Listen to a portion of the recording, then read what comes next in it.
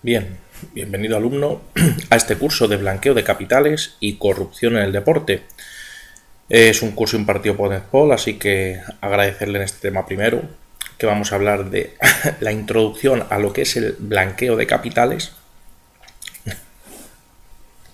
Vamos a empezar con esta primera diapositiva. Bien, una vez agradecerle la confianza depositada en Netpol en este curso. Bien, pues ¿qué es el blanqueo de capitales? ¿De acuerdo? ¿A qué nos estamos refiriendo cuando hablamos de blanqueo de capitales? Bien, pues el blanqueo de capitales también es conocido pues como lavado de dinero o lavado de capitales, ¿de acuerdo? Y es el conjunto de mecanismos o procedimientos que están orientados a dar apariencia de legitimidad o legalidad a bienes o activos de origen ilícito. Es decir, cuando se hace una venta de 50 kilos de cocaína y se percibe una cantidad de dinero por ello, ese dinero se introduce o se compran una serie de bienes o se introduce en el mercado financiero para tratar de dar apariencia de legitimidad a ese dinero. ¿De acuerdo? En diversas cuentas, en fondos de inversión, en bolsa, en compra de acciones, en comprar casas, en comprar vehículos de lujo, etcétera, etcétera. Bueno, pues existe el denominado Grupo de Acción Financiera Internacional, el GAFI, que es un organismo internacional que se formó en el año 89 por 7 países que estaban muy industrializados. Y bueno, lo que querían era aunar esfuerzos internacionales en contra del blanqueo de capitales. Y ya que considera como blanqueo de capitales la conversión o la transferencia de propiedad a sabiendas de que deriva de un delito criminal, con el propósito de esconder o disfrazar su procedencia ilegal o ayudar a cualquier persona involucrada en la comisión del delito a evadir las consecuencias legales de su acción.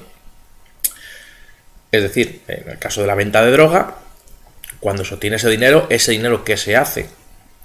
Pues o bien tienes 50, 80, 90 mil euros debajo del colchón de casa, o tienes que darle salida a ese dinero. Ese dinero no puede estar en casa, aparte del riesgo que supone tener tal cantidad de dinero en metálica almacenado en un sitio. Pues normalmente se le da salida en forma de, pues eso, de tratar de hacerlo legítimo. Porque si uno va con una cantidad de dinero tan fuerte de repente al banco, lo normal es que pregunten, oiga, ¿y estos 50.000 euros usted que me trae en bolsa de basura, de dónde salen? Bien, pues el lavado de dinero en general involucra la ubicación de fondos en el sistema financiero, la estructuración de las transacciones para disfrazar el origen, propiedad y ubicación de los fondos y la integración de los fondos en la sociedad, la forma de bienes que tienen apariencia de legitimidad, es decir, apariencia de legitimidad. Compra de viviendas, que es lo normal. Hemos tenido el caso de Marbella, ¿de acuerdo? En el que se compraban muchísimas fincas o se construían una barbaridad de urbanizaciones, de chalets, urbanizaciones de lujo, a lo largo ya no solo de Marbella, sino de toda la Costa del Sol. Y bueno, pues lo que muchas de ellas se han destapado, que prácticamente lo que detrás de ellas lo que había era un blanqueo de capitales, o sea, eso se estaba construyendo para blanquear dinero.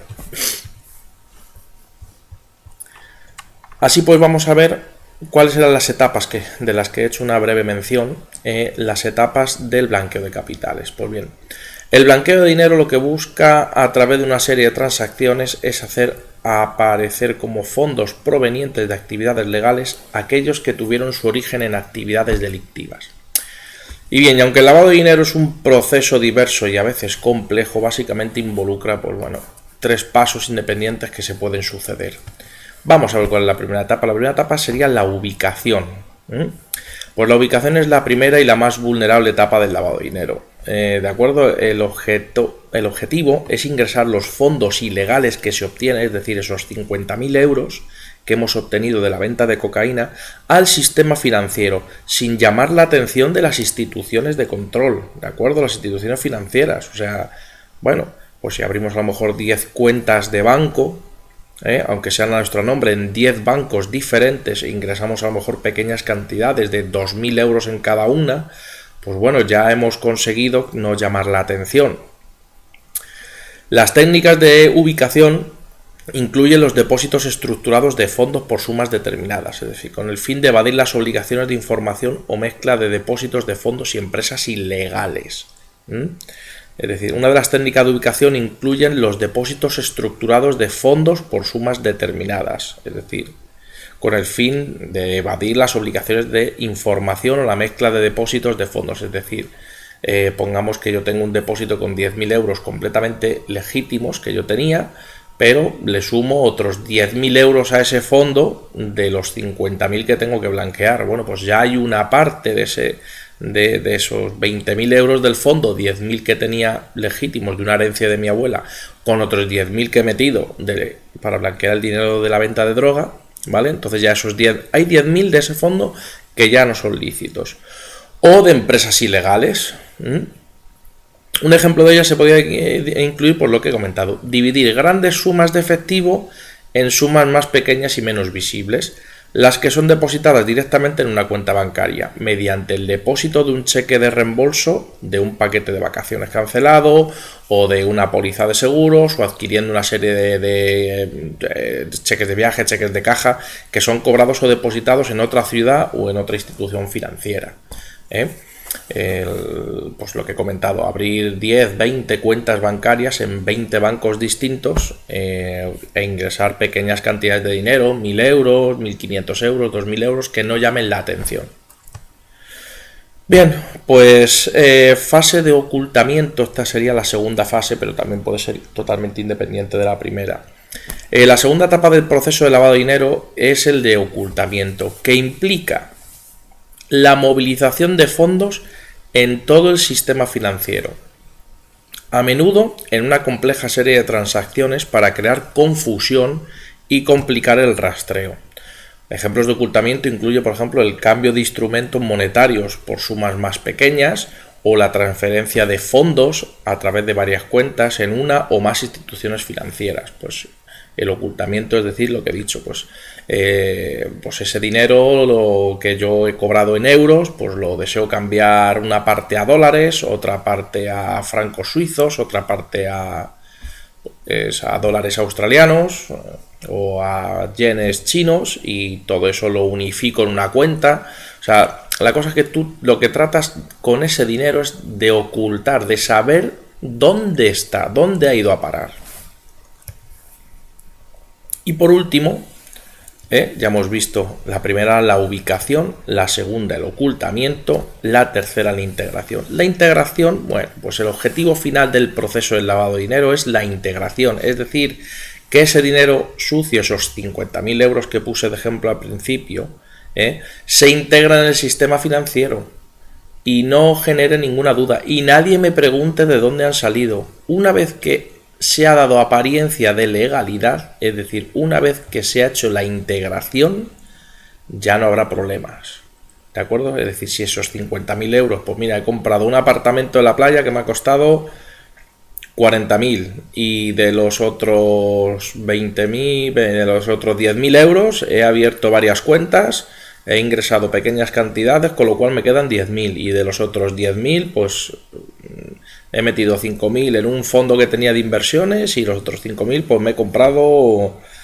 una moto.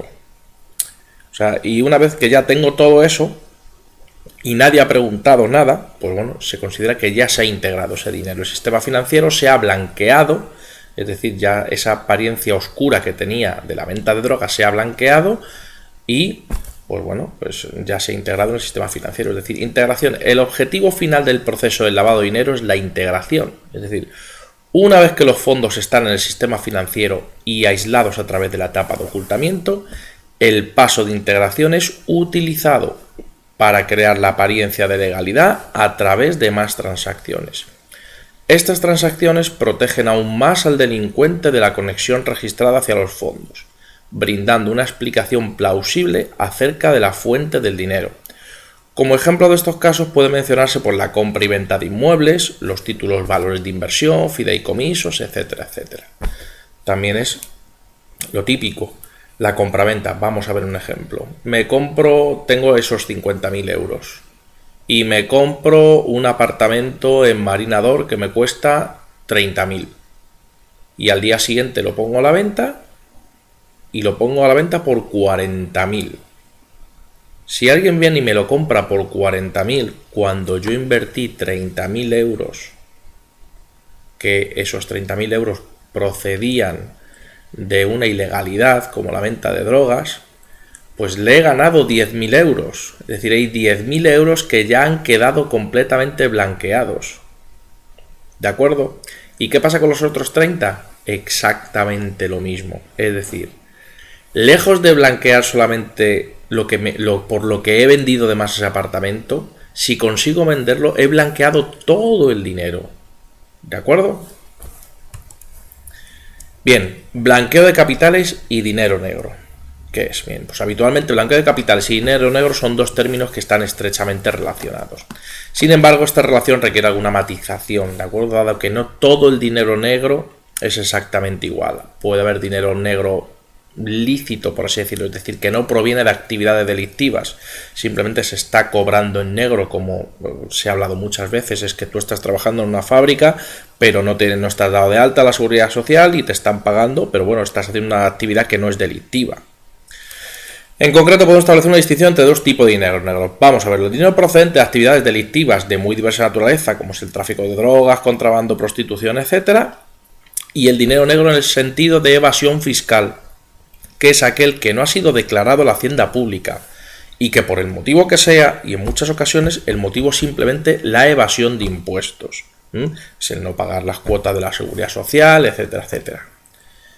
Bien, en el caso del dinero negro, en el sentido en el que se ha evadido el pago de impuestos a la hacienda pública, pero es procedente de actividades económicas legales, es decir, esa fábrica que te paga en metálico a final de mes, pero no te da de alta la seguridad social, pues su propietario lo que tratará es de ocultar al fisco su existencia y para ello, bueno, pues intentará gastarlo en bienes que no dejen un rastro fiscal. Pero sin embargo, en el dinero negro procedente de actividades ilegales, el objetivo de su poseedor es conseguir hacer pasar por dinero obtenido legalmente y que ese dinero tribute o figure oficialmente como procedente de una actividad lícita. Es precisamente esta forma de actuar en la que verdaderamente consiste el blanqueo de capitales. Es decir, que yo obtengo dinero de actividades delictivas y por supuesto que si yo tengo un restaurante para blanquear dinero, ese restaurante estará dado de alta, todos los trabajadores tendrán un contrato, o sea, no habrá duda alguna de que el dinero que se mueve en ese restaurante sea lícito, porque lo que hay detrás es un dinero negro que hay que blanquear y por eso se trata de dar apariencia de legalidad. Es decir, riesgos de blanqueo de capitales. Pues, ¿cuáles son los riesgos que tiene este delito? Bien, pues los riesgos son los siguientes. Por riesgos sociales, ya que favorece indirectamente la criminalidad al permitir al delincuente legitimar el producto del delito. Riesgos económicos, que puede producir distorsiones de los movimientos financieros y indirectamente pues, de los reales. Riesgos financieros, que introduce desequilibrios macroeconómicos, puesto que ingentes cantidades de dinero en efectivo son asignadas con criterios ajenos al binomio de rentabilidad de riesgo. Y es que, bueno, resulta frecuente que una buena parte de los activos financieros opacos presenten rentabilidades abiertamente inferiores. O sea, es algo muy extraño. O sea, y bueno, pues es decir, pongamos que yo quiero blanquear dinero solicitando una hipoteca. Es decir, yo tengo 500.000 euros que me he ganado de una venta de droga en un barco. Tengo 500.000 euros y me quiero comprar una casa, ¿de acuerdo? Entonces, bueno, una casa que vale 300.000. Yo tengo para pagarlo en efectivo, pero es que me van a preguntar que de dónde saco yo 300.000 euros en efectivo. Bien, pues yo pido una hipoteca. Yo, mira, yo tengo unos ahorros, tengo 100.000 euros, pues los otros 200.000 los tengo que hipotecar. Vale, perfecto. Pues si las hipotecas pongamos que están a un 1%, este hombre puede pedir perfectamente que el tipo de interés sea al 2, al 3 o al 4%. O sea, sin ningún problema, no. El tipo de interés tiene que ser más alto o el más alto posible. ¿Por qué? Porque esa hipoteca él la puede pagar al día siguiente, la puede cancelar si quiere. pero le interesa tenerla para tener esos 200.000 euros hipotecados concedidos por el banco, poder blanquear el dinero. O sea, si alguien le pregunta oiga, esos 200.000 euros que usted tiene, sí, oiga, que son de una hipoteca de un piso, y ya no preguntar más. Bien, riesgos reputacionales. Pues el despliegue de esquema de blanqueo de capitales utilizando entidades financieras o no financieras y a profesionales, aún sin el conocimiento del componente delictivo. Y por último, en España, ¿cuál es la Comisión de Blanqueo de Capitales e Infracciones Monetarias? Es el máximo responsable del desarrollo de la política preventiva y de lucha contra el blanqueo. Es decir, esta comisión es un órgano colegiado del que forman parte representantes de diferentes departamentos ministeriales y agencias, el Ministerio Fiscal y las comunidades autónomas. Es decir, no obstante, cada vez más la lucha contra el blanqueo de capitales ha cobrado una dimensión internacional y en este sentido hay que destacar la existencia del GAFI, que es el Grupo de Acción Financiera Internacional.